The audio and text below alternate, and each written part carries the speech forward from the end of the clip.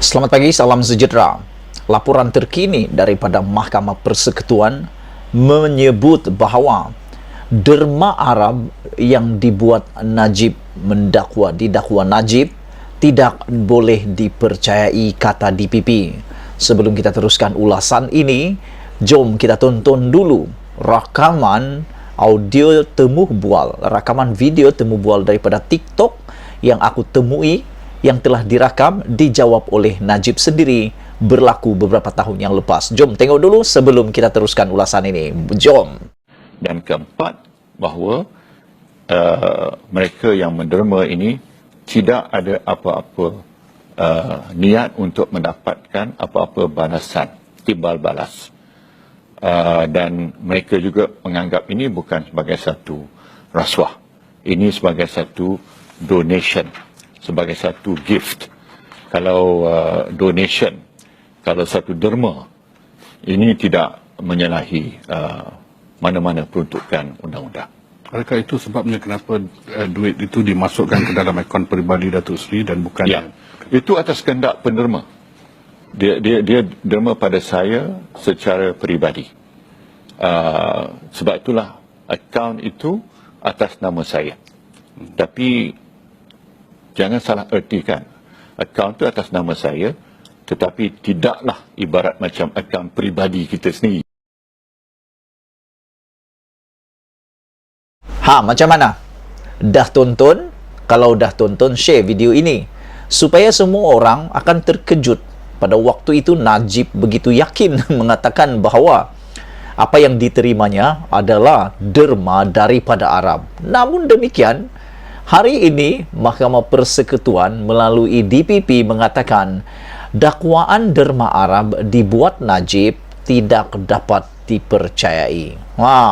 Kerana masuk hari keempat pendengaran rayuan Najib untuk mengenepikan sabitan dan hukumannya dalam kes rasuah SRC Internasional RM42 juta, prosiding mengatakan dakwaan dermah Arab dibuat Najib tak boleh dipercayai. Siapa yang percaya, bagus. Siapa yang tak percaya pun bagus. Terpulang pada anda semua, dan semua itu dapat dipastikan kebenarannya melalui fakta-fakta yang telah diputuskan sebelum ini, termasuk Mahkamah Rayuan mengatakan bahawa ianya tidak boleh dipercayai.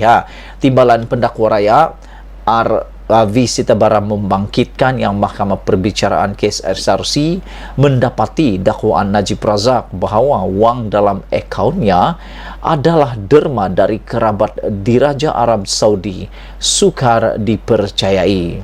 Dia berkata, Mahkamah Tinggi membuat kesimpulan itu selepas membuat penilaian terhadap bukti secara keseluruhan, iaitu totally of evidence. Selain itu, DPP juga mengatakan bahawa perbualan BBM menunjukkan Najib tahu tentang transaksi bank. Yang sebelum ini 46 kali Najib jawab di dalam perbicaraannya dalam mahkamah, mengatakan beliau tidak tahu, dan tidak tahu. 46 kali Najib kata tak tahu. Akhirnya DPP mengatakan perbualan BBM. Mesej Najib tunjukkan Najib tahu tentang transaksi bank. Rupa-rupanya bukan tak tahu, tapi kata DPP Najib tahu. Timbalan pendakwa raya V. Sitabaram berkata, pengurus perhubungan pelanggan M-Bank Najib ketika itu, iaitu John Ayu, menerima arahan daripada ahli perniagaan Lo Tiek Jo atau Jolo menerusi BlackBerry Messenger ataupun BBM. Dia berkata, transkrip perbualan BBM menunjukkan You antara yang menerima pesanan oleh Najib yang dihantar oleh Jolo. Antara perbualan itu adalah berkenan makluman tentang cek yang telah atau sedang ditulis Najib dan berkenan cadangan pemindahan kepada Najib.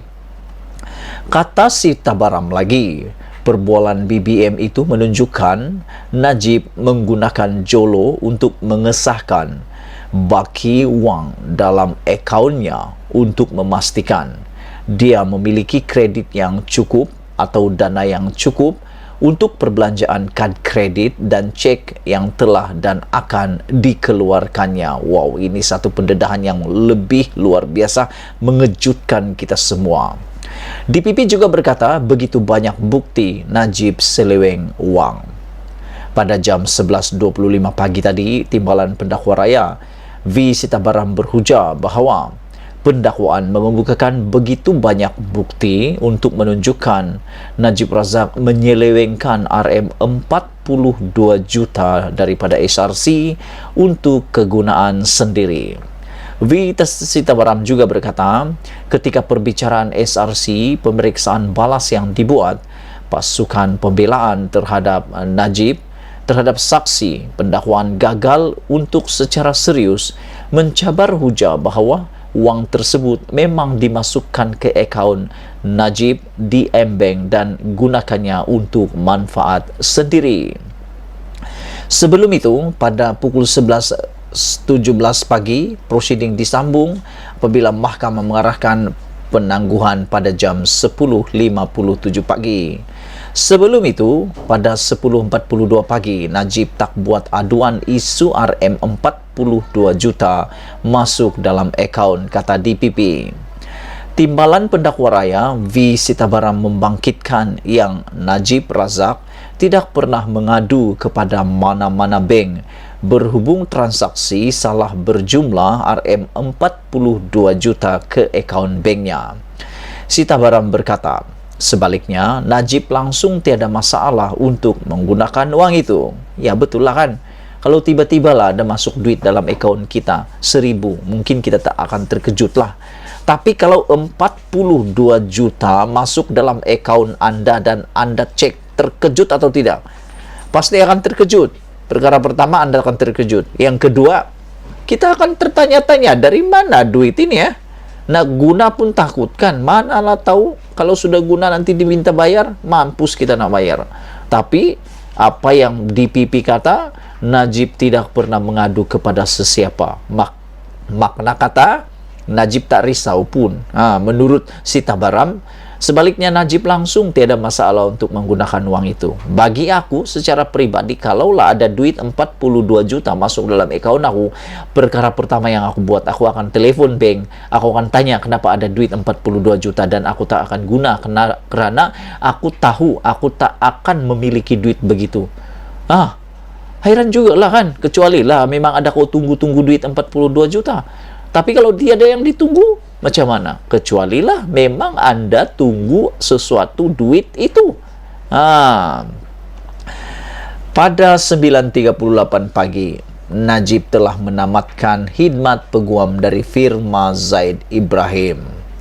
Peguam Hisham Teh memaklumkan kepada mahkamah bahawa Najib Razak telah menamatkan khidmat pasukan peguam barunya. Peguam yang ditamatkan khidmat adalah daripada firma Zaid Ibrahim Sulfan TH Liu and Partners. Namun Hisham kekal sebagai peguam bekas Perdana Menteri itu. Ketua Hakim Negara Tengku Maimun Tuan Mat kemudian mengarahkan prosiding untuk diteruskan. Timbalan Pendakwa Raya V. Sitabaram kemudian meneruskan prosiding penghujahan lisannya. Sekian dulu untuk kali ini. Jangan lupa tinggalkan komen Anda tentang isu yang paling hot hari ini apabila DPP mengatakan dakwaan derma